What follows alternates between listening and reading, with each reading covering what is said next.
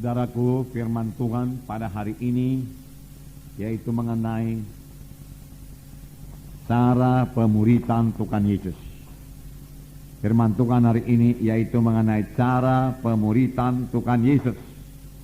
Bagaimana Tuhan Yesus memuridkan. Kita akan melihat bagaimana Tuhan Yesus memuridkan murid-muridnya. Dia begitu dekat dengan murid-murid. Dia banyak bersama-sama dengan murid-murid. Dan dia mengerjakan pelayanan, kemudian dia menerangkan apa yang dia kerjakan tersebut kepada murid-muridnya. Kita sudah mengetahui dalam Markus 16 ayat 15 dan 16 dan Matius 28, Tuhan Yesus memberikan amanat agung yang bukan hanya menyuruh kita untuk memberitakan Injil saja. Memang pemberitaan Injil kita itu harus dengan kuasa dan tanda ajaib, tetapi juga, saudaraku, Tuhan Yesus menyuruh kita untuk menjadikan sekalian bangsa muridnya. Sekalian bangsa muridnya. Tentunya kita mulai daripada bangsa kita lebih dahulu, bangsa Indonesia ini. Kita Injil dan kemudian kita muridkan. Itu adalah kehendak Tuhan. Nah, saudara, kita mengetahui bahwa orang Kristen yang mula-mula disebut Kristen ialah anak-anak Tuhan ataupun murid-murid Tuhan di Antioquia. Firman Tuhan berkata dalam Kisah 11, di Antioquia lah mereka untuk pertama kalinya disebut orang-orang Kristen. Mengapa? Karena kehidupan mereka telah berubah. Mengapa? Karena mereka telah menjadi murid-murid Yesus. Karena Paulus telah mengajari mereka, saudaraku, hidup mereka berubah. Roh Kudus juga mengubahkan mereka. Dan orang-orang melihat bahwasanya mereka hidup sama seperti Yesus hidup. Lalu orang berkata itulah dia Kristus kecil. Lalu nama Kristus itu menjadi Kristen. Jadi saudaraku, jadikanlah sekalian bangsa muridku, firman Tuhan berkata. Cara Tuhan memuridkan saudaraku, murid-muridnya, bukan dengan cara mengajar saja. Bukan dengan cara sebagai seorang guru dalam satu kelas, mengajar murid-muridnya, tidak, saudaraku. Lain sekali. Kita melihat, saudaraku, bahwasanya Tuhan Yesus bersama-sama dengan murid-muridnya. Mereka intim, murid-muridnya intim dengan dia. Mereka melayani bersama-sama. Yesus mengerjakan mujizat, saudaraku. Yesus memberitakan Injil. Yesus mengajar dengan perumpamaan.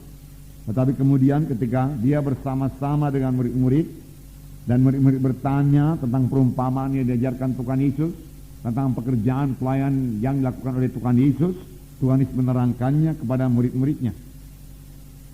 Kisah 1 ayat 1 berkata, Lukas menuliskan segala sesuatu yang dikerjakan Yesus dan diajarkan oleh Tuhan Yesus. Segala sesuatu yang dikerjakan oleh Tuhan Yesus dan diajarkan oleh Tuhan Yesus. Itulah isinya saudaraku Kisah Rasul. Itulah segala sesuatu yang dikerjakan Yesus dan juga saudaraku diajarkan oleh Tuhan Yesus dalam Injilnya yang terdahulu. Kemudian Lukas menuliskan Kisah Rasul. Nah, yang dikerjakan Yesus dan diajarkan oleh Tuhan Yesus. Apa yang dikerjakan Tuhan Yesus, di mana murid-murid juga turut menyaksikan, kemudian diajarkan oleh Tuhan Yesus kepada murid-muridnya. Demikianlah saudaraku Tuhan Yesus bersama-sama dengan murid-muridnya dan menjadikan murid-muridnya itu murid-murid yang sejati, saudaraku.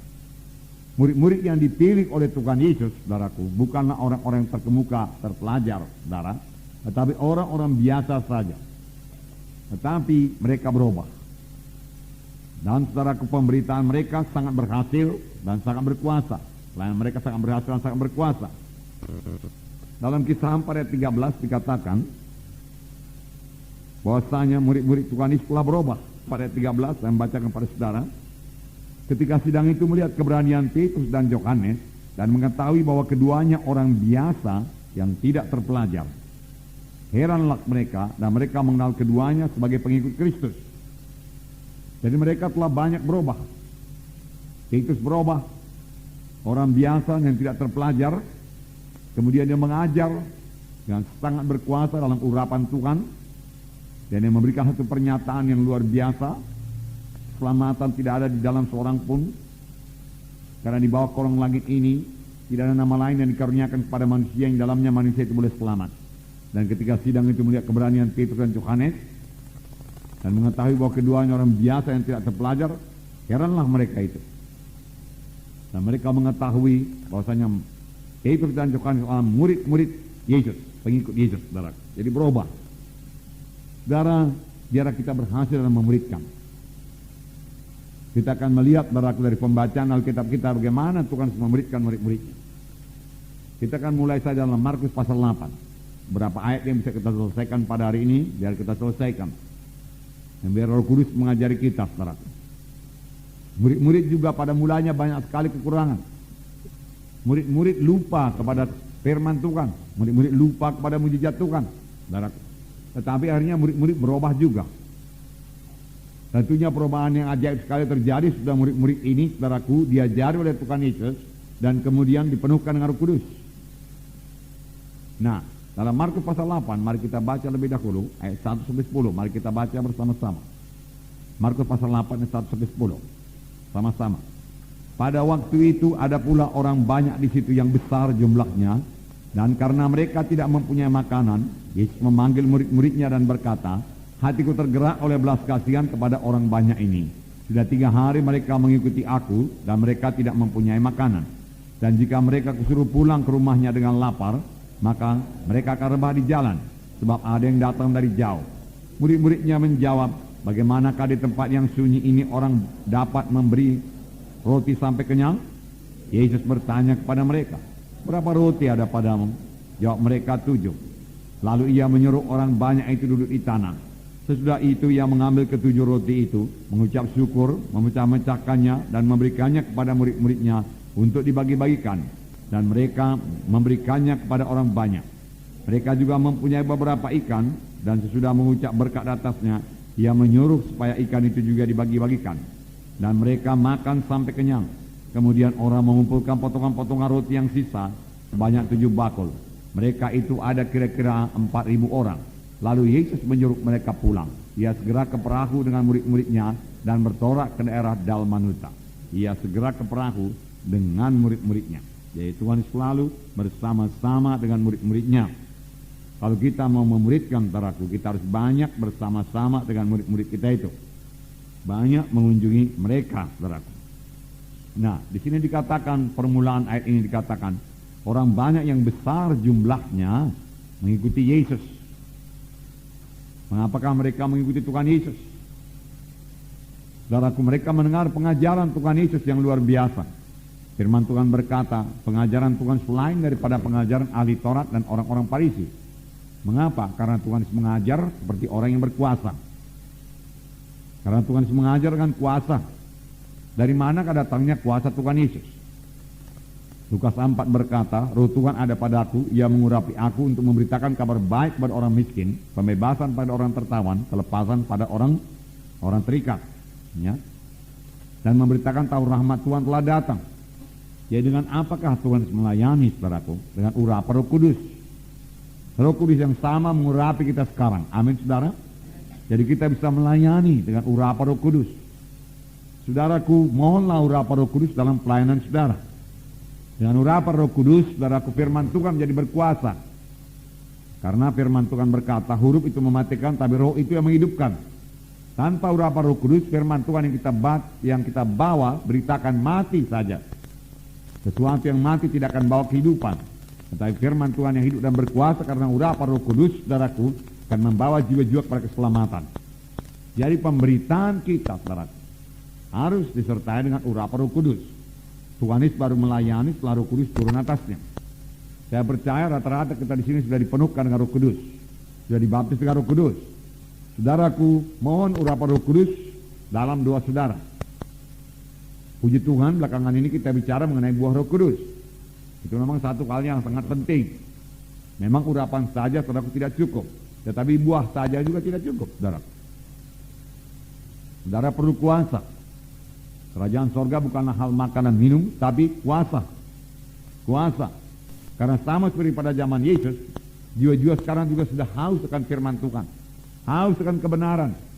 Mereka haus akan kuasa Tuhan yang bisa mengubahkan hidup mereka. Mereka sudah capek diikat oleh dosa dunia ini. Mereka sudah capek ditipu oleh setan, saudara. Mereka perlu kebebasan. Hanya firman Tuhan yang hidup berkuasa yang diurapi Roh Kudus yang bisa membawa mereka, saudaraku, pada kebebasan. Firman Tuhan berkata sudah 3 hari mereka mengikuti Yesus dan mereka tidak mau mundur. Mereka sangat haus akan firman Tuhan. Saudara, pada hari pertama boleh jadi ada yang pulang, tetapi banyak yang tidak pulang, orang banyak. Hari kedua, saudaraku, makanan sudah banyak, yang tidak makan mereka pulang. Hari yang ketiga juga, saudaraku, mereka bertekun terus mengikuti Tuhan Yesus. Inilah dia orang-orang yang rindu akan Tuhan. Saudaraku, orang-orang yang rindu akan Tuhan, saudaraku, bisa mengatasi semua halangan supaya dia tetap, saudaraku, mendengarkan firman Tuhan. Amin, saudara. Orang-orang yang rindu akan firman Tuhan. Dalam permulaan sidang ini, saudaraku, orang datang di kebaktian dengan berjalan kaki 4 jam, 5 jam untuk mendengarkan firman Tuhan. Nah, mereka berangkat dari rumah ketika matahari gelap, belum terbit, dan mereka pulang ke rumahnya, saudaraku, tidak melihat matahari lagi, saudara. Pada hari Minggu mereka tidak melihat matahari, saudara. Mengapa? Karena mereka rindu akan firman Tuhan. Saudara, biar kita selalu laparkan kebenaran. Karena firman Tuhan berkata, berbahagialah orang yang haus dan lapar akan kebenaran, karena mereka itu akan dikenyangkan. Amin, saudara. Selalu haus, selalu lapar. Kalau sudah kurang kehausan kita akan firman Tuhan, ada suatu penyakit-penyakit rohani yang mulai datang kepada kita. Lawan dan tinggalkan, saudaraku. Nah, saudaraku, Tuhan Yesus berkata, hatiku tergerak oleh belas kasihan kepada orang banyak ini. Sudah 3 hari mereka mengikut aku. Dan murid-murid mendengar apa yang dikatakan Tuhan Yesus. Jadi langsung di tempat kejadian ini, Tuhan Yesus mengajari murid-murid. Tuhan Yesus memuridkan murid-murid. Tuhan Yesus memperkenalkan bagaimana hatinya kepada murid-murid. Sehingga murid-murid mengerti bahwasanya untuk melayani mereka juga harus mempunyai hati yang tergerak oleh belas kasihan. Dan juga tidak terkecuali kepada kita sekarang. Kalau kita mau melayani, saudaraku, kita harus memiliki hati yang tergerak oleh belas kasihan. Siapa yang bisa memberikan hati yang demikian ini, saudaraku? Tidak lain daripada Roh Kudus juga. Amin, saudara. Tidak lain daripada Roh Kudus. Nah, dan saudaraku, dalam pelayanan Tuhan kita melihat kapan mujizat terjadi. Misalnya pada waktu seorang kusta datang kepada Tuhan Yesus. Oh Tuhan Yesus, kalau engkau mau, kau sanggup menyembuhkan aku. Yesus melihat orang kusta itu. Firman Tuhan berkata, hatinya tergerak oleh belas kasihan. Hatinya tergerak oleh belas kasihan. Baru dia mengulurkan tangan dan berdoa. Banyak hamba-hamba Tuhan, saudaraku, berdoa tanpa lebih dahulu hatinya tergerak oleh belas kasihan. Lalu kuasa Tuhan tidak jadi, iman tidak bekerja. Karena Galatia 5:6 berkata, iman bekerja karena kasih. Ya, iman bekerja oleh karena kasih, karena sudah ada kasih di situ, ada hati yang tergerak oleh belas kasihan. Saudaraku, kuasa Tuhan bekerja. Doa yang berkuasa disampaikan dan kuasa Tuhan bekerja, saudaraku. Demikian juga untuk pelayanan. Tuhan memberikan perumpamaan tentang seorang Samaria. Siapakah sebenarnya yang bisa melayani? Orang Samaria yang baik hati ini. Dia melihat, saudaraku, orang yang disamun itu, saudaraku, lalu hatinya tergerak oleh belas kasihan. Lalu dia turun dari keledainya. Dia membasuh luka-lukanya, membalutnya, memberi obat, saudaraku, membalutnya, kemudian menaikkan ke atas keledainya, membawa ke rumah tumpangan dan berikan penginapan itu 2 dinar. Dan nanti kalau ada kurang aku akan tambahin. Dari mana mulai pelayanan? Dari hati yang tergerak oleh belas kasihan. Hati yang tergerak oleh belas kasihan. Beginilah Yesus mengajari murid-murid, saudaraku. Yesus mengatakan, saudaraku, bagaimana hati yang tergerak oleh belas kasihan. Begitulah dia memuridkan murid-muridnya, saudara.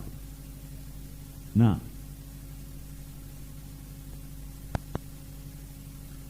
lalu aku tidak mau menyuruh mereka pulang, karena kalau suruh mereka pulang dengan laparnya mereka akan pingsan di jalan. Nah, ini satu perkara lagi, Tuhan Yesus memperdulikan orang lain, care. Kalau kita mau melayani juga, saudaraku, kita harus memperdulikan jiwa-jiwa yang kita layani itu, saudaraku. Bukan selesai memberikan firman Tuhan, habislah semua, saudaraku. Perhatikan jiwa-jiwa dalam KKS, saudara. Apakah persoalannya? Mohon pimpinan Roh Kudus, bagaimana saudara boleh menyelesaikan persoalan. Nah, satu perkara lagi mengenai kekurangan murid-murid. Mereka berkata, bagaimanakah di tempat sunyi ini memberi makan 4.000 orang? Padahal beberapa waktu yang lalu sebelumnya Tuhan Yesus sudah memberi contoh kepada murid-murid, memberi makan 5.000 orang dengan 5 roti. Ini sekarang 4.000 orang dengan 7 roti dan beberapa ikan. Mereka sudah lupa. Begitu cepatkah mereka lupakan firman Tuhan? Nah, sebenarnya pun itu bukan firman Tuhan, saudaraku. Dan ajaib mujizat yang mereka saksikan dengan mata mereka sendiri. Mereka sendiri yang membagikan roti-roti yang sudah digandakan Tuhan Yesus pada jiwa-jiwa.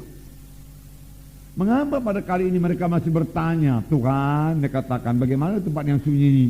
Mereka ini boleh makan roti sampai kenyang. Toko tidak ada, Tuhan. Hari sudah sore.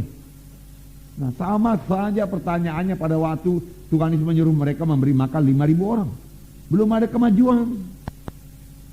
Belum ada kemajuan. Saudaraku, boleh jadilah kita katakan murid-murid masih duniawi, saudaraku. Di antara mereka masih ada pertengkaran siapa yang terlebih besar. Lalu mereka menjadi tidak mengerti perkara-perkara rohani. Tapi satu perkara yang pasti, saudaraku, mereka perlu Roh Kudus. Mereka perlu Roh Kudus. Sesudah mereka perlu dengan Roh Kudus, saudaraku, murid-murid beberapa di antaranya mulai menuliskan Injil, saudaraku. Petrus mengirimkan surat-surat kiriman Petrus. Nah, dalam surat-surat kiriman Petrus kita melihat satu kedewasaan rohani, satu pengertian rohani yang dalam. Setelah mereka terima Roh Kudus. Setelah mereka terima Roh Kudus, Yesus tetap sabar. Ini perlu juga saudara miliki dalam memuridkan murid-murid. Lalu Tuhan Yesus bertanya, berapa roti ada padamu? Oh, 7 roti. Mereka punya 7 roti dan Tuhan Yesus ada bersama-sama dengan mereka. Sebelumnya mereka cuma punya 5 roti dan Tuhan Yesus juga ada bersama-sama dengan mereka. Tetapi jumlahnya kali ini lebih kecil sedikit daripada yang lalu, hanya 4.000 orang. Namun mereka masih belum punya iman juga. Mengapa tidak seorang pun berkata kepada Tuhan Yesus, masa yang lalu pun 5 rotinya kita punya dan 5.000 orang makan, sisanya 12 bakul. Tuhan, perbuat lagi Tuhan, bukankah Engkau tidak berobat Tuhan? Ayo Tuhan, kasihankan jiwa-jiwa ini. Hatiku juga sudah tergerak oleh belas kasihan. Kalau mereka berkata demikian, jauh lebih baik. Mereka sudah mengerti, saudaraku, jalan Tuhan. Mereka sudah ingat akan mujizat Tuhan. Tetapi itu pun mereka tidak ingat. Jadi kalau murid saudara kurang-kurang, saudaraku, pengertiannya atau ingatannya akan firman Tuhan, saudaraku, jangan terus, saudaraku, saudara tidak sabar terhadap dia. Ya. Mohon supaya dia penuh selalu dengan Roh Kudus. Ajak dia berdoa, saudaraku, dalam bahasa roh. Supaya Roh Kudus mengingatkan segala perkara-perkara yang kebenaran kepada kita. Amin, saudara. Nah, saudara, lalu Tuhan Yesus mengambil 7 roti itu, saudaraku. Ia mengucap syukur, ia memecah-mecahkannya, ia membagikan kepada murid-muridnya, murid-muridnya membagikan pada orang lain. Pada jiwa-jiwa yang banyak itu. Sama saja cara kerjanya dengan memberi makan 5.000 orang, saudaraku. Maksud Tuhan supaya murid-murid ingat, kenyang, lalu sisanya 7 bakul. Mereka bawa sisanya, kemudian mereka naik ke perahu dan murid-muridnya bertolak bersama-sama dengan dia ke seberang. Jadi Tuhan selalu bersama-sama dengan murid-murid. Dan setelah murid-muridnya itu, saudaraku, mereka dimuridkan oleh Tuhan Yesus. Tuhan Yesus dengan tenang naik ke sorga dengan meninggalkan muridnya yang telah selesai dimuridkannya dan memberikan Roh Kudus melengkapi. Tuhan Yesus telah menggandakan dirinya menjadi 12 orang yang sanggup meneruskan pelayanannya, dengan seluruh dunia mendengarkan Injil. Kita adalah hasil daripada pelayanan mereka. Murid. Sebab Tuhan Yesus mengajak kita menjadikan murid. Saudaraku, benar-benar tidak sia-sia kalau saudara memperhatikan 1 Tesalonika pasal 2 itu, di mana Paulus berkata, karena kami sangat mengasihi kamu, kami bukan saja rela membagi Injil Allah kepada kamu, tapi kami juga rela membagi hidup kami kepadamu. Saudara membagi hidup saudara kepada satu orang, kemudian saudara beroleh satu murid, saudaraku. Saudara, sangat keberkatan. Sehingga dia, murid saudara bisa mengerjakan apa saudara kerjakan. Amin, saudara. Muridkan. Itu sebabnya Tuhan Yesus berkata, jadikan mereka itu muridku. Pelajaran bagi kita, saudaraku. Tidak ada yang mustahil bagi orang yang percaya. Markus 9:23 berkata, Tidak ada yang mustahil bagi orang yang percaya. Baik dalam soal makanan kita tidak perlu khawatir kepada Tuhan. Baik dalam soal pakaian kita tidak perlu khawatir kepada Tuhan. Kalau perlu Tuhan bisa mengadakan mujizatnya yang luar biasa. Amin, saudara. Dan memang Tuhan menjadikan hidup yang berkelimpahan kepada kita. Hanya janganlah tutup berkat Tuhan tersebut dengan segala akal pikiran manusia ini, ya, yang menahan kita memberi korban kita kepada Tuhan, yang menahan kita memberikan persepuluhan kita kepada Tuhan. Karena kita memakai pikiran kita berhitung. Ya. Padahal dengan jalan memberi, terbuka jalan kepada Tuhan untuk memberi kepada kita. Kalau kamu tidak memberi, padamu juga tidak diberi, firman Tuhan berkata. Saya memberikan firman Tuhan selalu kepada saudara. Tuhan selalu memberikan firman Tuhan kepada saya. Amin, saudara. Demikian juga saudara-saudara memberikan firman Tuhan kepada orang lain, saudara juga menerima firman Tuhan. Pengertian yang bertambah-tambah selalu. Beri. Nah, saudara, yang kedua, kita juga harus banyak bersama-sama dengan murid-murid kita. Banyak bertemu dengan murid-murid kita. Kalau kita memang betul-betul mau dia menjadi murid kita, saudara. Yang ketiga, mari kita perhatikan, adakah hati kita yang tergerak oleh belas kasihan? Atau hati kita masih hati yang lama juga, saudara? Hati lama, manusia lama memiliki hati yang mementingkan diri sendiri. Tidak peduli kepada orang lain. Itu harus berubah. Roh Kudus boleh mengobatkan hati kita. Roh Kudus boleh mengobatkan. Sepanjang kita sudah sadar dan mengakulah kepada Tuhan. Tuhan, hatiku belum tergerak oleh belas kasihan Tuhan.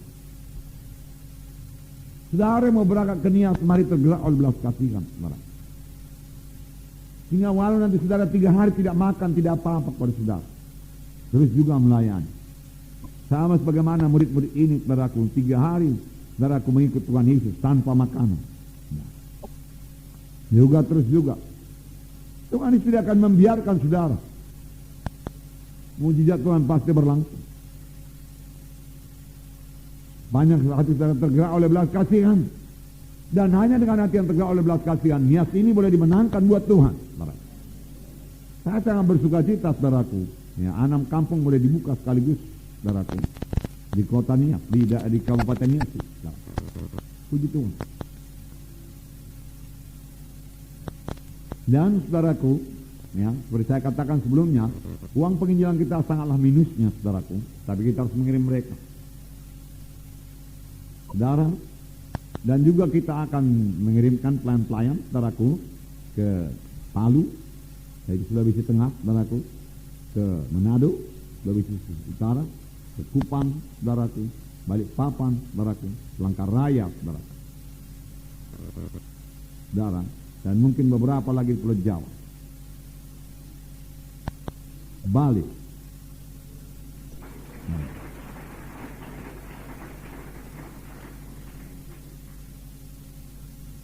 Segera, saudaraku, seluruh Indonesia kita mengenapkan perintah agung, saudaraku. Semua itu perlu biaya, saudaraku. Haleluya. Nanti hari Minggu saudara boleh berkorban. Amin, saudaraku. Berdoa mulai sekarang. Yeskel 36. Saya bacakan pada saudara ayat 26 dan 27. Yeskel 36 ayat 26 dan 27. Kamu akan kuberikan hati yang baru, dan roh yang baru di dalam batinmu, dan aku akan menjauhkan dari tubuhmu hati yang keras, dan akan kuberikan kepadamu hati yang taat. Jadi dari siapa dapat hati yang tergerak oleh belas kasihan? Hati yang taat. Siapa yang melalukan hati yang keras, dan siapa pula yang memberikan hati yang lembut, hati yang daging? Tidak lain daripada Roh Kudus atau Tuhan Yesus. Amin, saudara. Kemudian ayat 27, Rohku akan kuberikan diam dalam hati batinmu, dan aku akan membuat kamu hidup menurut segala ketetapanku, dan tetap berpegang kepada peraturan-peraturan dan melakukannya. Rohku, yaitu Roh Kudus, akan kuberikan diam dalam batinmu. Dan itu sudah jadi kepada kita. Sudah jadi. Biarkan Roh Kudus bekerja dalam kita. Patuhi dia. Dengar suaranya. Menyerah kepadanya. Berkata-kata kepadanya. Amin, saudara. Dan Roh Kudus akan membuat kita hidup menurut semua ketetapan Tuhan, sehingga kita tidak sanggup berbuat dosa, tidak suka berbuat dosa, dan tidak mau berbuat dosa. Ya. Dan berpegang pada peraturan-peraturan Tuhan Yesus.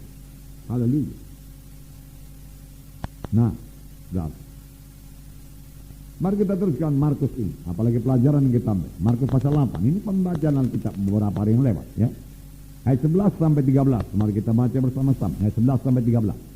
Lalu muncullah orang-orang Farisi dan bersoal jawab dengan Yesus untuk mencobai dia. Mereka meminta daripadanya suatu tanda dari sorga. Maka mengeluhlah ia dalam hatinya dan berkata, mengapa angkatan ini meminta tanda? Aku berkata kepadamu sesungguhnya kepada angkatan ini sekali-kali tidak akan diberi tanda. Dia meninggalkan mereka, dia naik pula ke perahu dan bertolak ke seberang. Mengeluh bukan itu, saudara. Orang Farisi minta tanda. Saudaraku yang kasih dalam nama Yesus, bukan karena rindunya mengikut Tuhan Yesus. Hari Minggu Jumat yang lalu kita mendengarkan bahwasanya mereka datang dari Yerusalem ke Galilea, saudaraku, untuk mencari kesalahan Tuhan Yesus. Lalu ketika mereka melihat murid-murid Tuhan Yesus makan dengan tangan yang tidak berbasuh, wah mereka tengking terus. Dan Tuhan Yesus mengatakan yang terpenting adalah hatimu.